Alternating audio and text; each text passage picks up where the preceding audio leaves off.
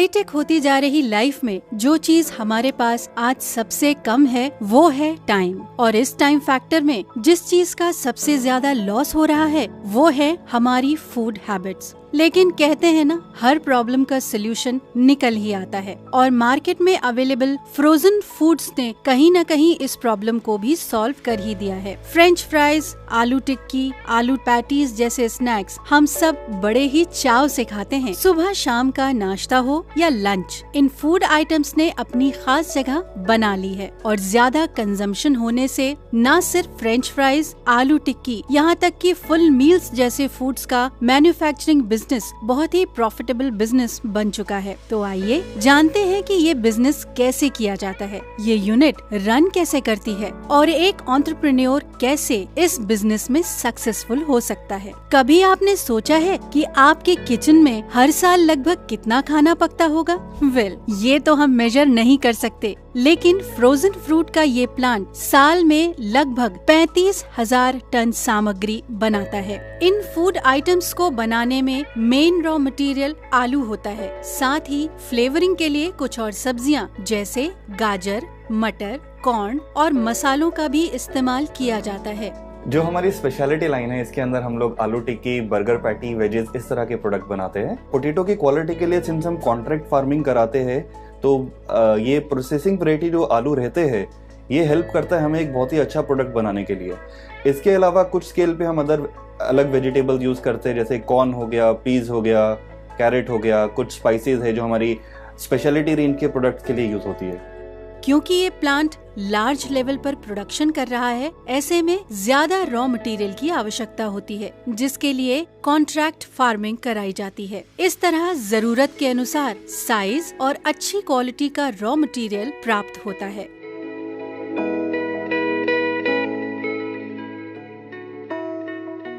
कि हमारा जो प्लांट है हम अभी 24 आवर्स ऑपरेट करते हैं, इट इज़ बिकॉज कि हमें मार्केट से बहुत ही अच्छा रिस्पॉन्स मिला है।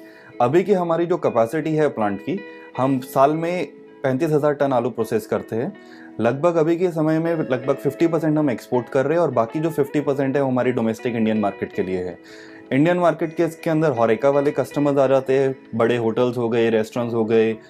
इसके अलावा जो बड़ी मल्टीनेशनल QSR चेन्स है जैसे बर्गर किंग हो गया, KFC हो गया, इन सब के लिए हम प्रोडक्ट बनाते हैं।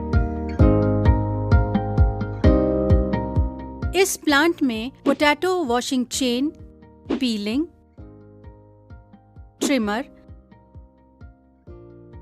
Slice cutter, sliver removing, blanching,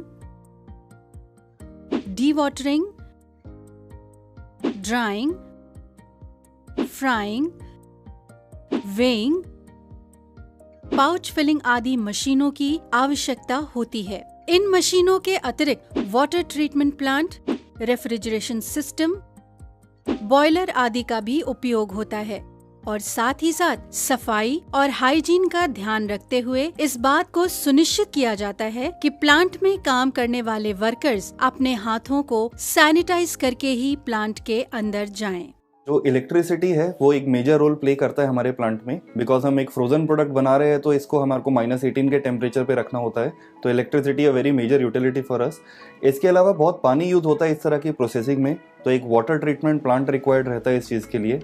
and since आप इतना सारा पानी यूज़ कर रहे हैं, आपको उस पानी को प्रोसेस भी करना है जो एफ्लुएंट है, तो एक एफ्लुएंट ट्रीटमेंट प्लांट भी इसके लिए यूज़ होता है। End of course in utilities को पावर करने के लिए, जैसे पानी को गर्म करना है तो आपको बॉयलर चाहिए उन चीज़ों के लिए, एंड सिंस आपको टेम्परेचर कम करना है तो उसके लिए एक रेफ्रिजरेशन सिस्टम चाहिए। आइए आपको ले चलते हैं प्रोसेसिंग एरिया की ओर, जहां बनाई जा रही है फ्रेंच फ्राइज। फ्रेंच फ्राइज बनाने के लिए आलूओं को स्टोरेज रूम से मैन्युफैक्चरिंग यूनिट लाया जाता है, फिर इनकी क्वालिटी चेकिंग होती है। क्वालिटी चेकिंग के बाद आलूओं की ग्रेडिंग की जाती है। ग्रेडिंग के बाद इनकी धुलाई होती है, फिर आलूओं की छिलाई होती है। छिलाई के बाद इनकी ट्रिमिंग की जाती है। ट्रिमिंग प्रोसेस के बाद इनकी कटिंग और स्लिवर रिमूविंग होती है। इसके बाद ब्लांचिंग, यानी कि इन स्लाइसेस को हल्का बॉईल किया जाता है। बॉइलिंग प्रोसेस के बाद इन स्लाइसेस की डी वाटरिंग की जाती है, जिसके बाद इन्हें ड्राई करके फ्राई कर लिया जाता है।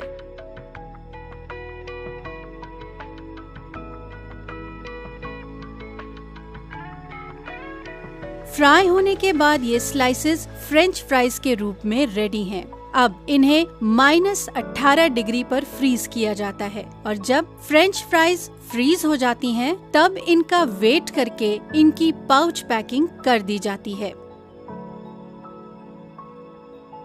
फिर इन पाउचेस को बॉक्स में रख के टेपिंग और प्रिंटिंग करके डिस्पैच कर दिया जाता है। फ्रेंच फ्राइज की क्वालिटी बनाए रखने के लिए डिलीवरी तक इनका टेम्परेचर -18 डिग्री मेंटेन करना जरूरी है।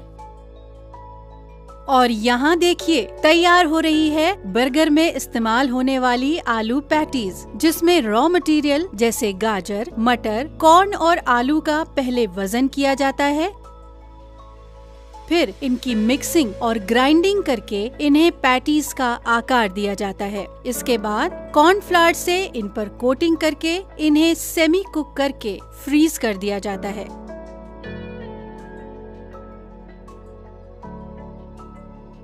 फ्रीज होने के बाद इनकी पाउच फिलिंग की जाती है और अब इन पाउचेस को मेटल डिटेक्टर से चेक करने के बाद इनको डिब्बों में पैक कर दिया जाता है।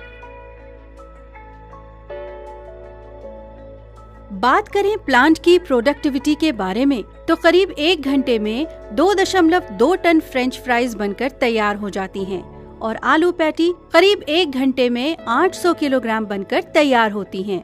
ये तैयार प्रोडक्ट्स पॉली और लैमिनेटेड पैक में 200 ग्राम से 3 किलोग्राम तक के पैकेट में पैक कर दिए जाते हैं। इस प्लांट में यूटिलिटी इलेक्ट्रिसिटी की होती है, जो कि 2500 किलोवाट कनेक्टेड है। इलेक्ट्रिसिटी के साथ ही पानी का भी ज्यादा इस्तेमाल होता है, इसलिए यूज्ड पानी को रिसाइकिल कर लिया जाता है। इस बिजनेस में डिलीवरी तक प्रोडक्ट का टेम्परेचर -18 मेंटेन करने के लिए फ्रोजन ट्रांसपोर्ट की आवश्यकता होती है। एरिया, ये एक लार्ज प्लांट है। ऐसे प्लांट्स के लिए ज्यादा एरिया की आवश्यकता होती है। ये प्लांट जो आप देख रहे हैं 30,000 मीटर स्क्वायर में बना हुआ है। सिविल वर्क में शेड एरिया और कोल्ड स्टोरेज के लिए पफ पैनल की जरूरत होती है। इस प्लांट में एरिया के अनुसार टोटल 180 मैन पावर है, जिसमें सेल्स, ऑपरेशन और प्रोडक्शन के सेक्शंस शामिल हैं। इन वर्कर्स में कुछ कॉन्ट्रैक्ट वर्कर्स को भी शामिल किया जाता है। We have a contractual staff of 180 people, 60 people work in one shift और इसके अलावा 50 लोग हमारी प्लांट टीम में है जो ऑपरेशंस को हैंडल करते हैं और 50 लोग हमारी सेल्स टीम में है जो पैन इंडिया इसकी सेल्स में इसको प्रमोट करते हैं प्रोडक्ट को। इस बिजनेस को शुरू करने के लिए फैक्ट्री लाइसेंस, FSSAI और नो पोल्यूशन आदि सर्टिफिकेट की आवश्यकता होती है। आपने देखा कि ये एक बड़े स्तर पर चल रहा प्लांट है। कॉस्टिंग या इन्वेस्टमेंट की बात करें तो इस स्तर के प्लांट को शुरू करने के लिए 80 से 120 करोड़ रुपयों की आवश्यकता पड़ सकती है। तो आज के वीडियो में आपने देखा कि फ्रोजन फूड का बिजनेस किस तरह किया जा सकता है और ये प्लांट कैसे वर्क करता है। मैं इसमें टीम समाधान को थैंक्स करना चाहूँगा कि ये लोग हैं जो हमें कनेक्ट कराते हैं इंडस्ट्रियल्स को और एक आम आदमी को, ताकि if they want to enter into this business, उनको जो नॉलेज चाहिए उसके लिए उनको जो रिक्वायर्ड इन्फॉर्मेशन है वो हम लोगों से उनको दी जा सके। आगे भी अगर इसमें कोई सहायता चाहिए तो हम हैं, समाधान की इंटायर टीम है जो इसमें हेल्प कर सकती है। ऐसे ही और बिजनेस आइडियाज के लिए आप IID से जुड़ सकते हैं। इंस्टीट्यूट फॉर इंडस्ट्रियल डेवलपमेंट इस उद्योग को लगाने से लेकर चलाने तक में आपका पूरा साथ देता है। IID के मेंबर बनकर आप सभी प्रकार की इंडस्ट्रीज की complete industrial documentary, expert episodes, bankable project report, plant machinery की जानकारी और वेरियस इंडस्ट्रीज पर लाइव वर्कशॉप लिंक्स प्राप्त कर सकते हैं। इस उद्योग को शुरू करने के लिए आप हमारे साथ जुड़ सकते हैं। साथ ही अधिक जानकारी के लिए आप दिए गए कॉन्टैक्ट नंबर, ईमेल और लिंक्स के थ्रू हमसे संपर्क कर सकते हैं। ऐसे ही और बिजनेस आइडियाज के लिए आप हमारे चैनल को सब्सक्राइब करें और इस वीडियो को लाइक और शेयर करना ना भूलें।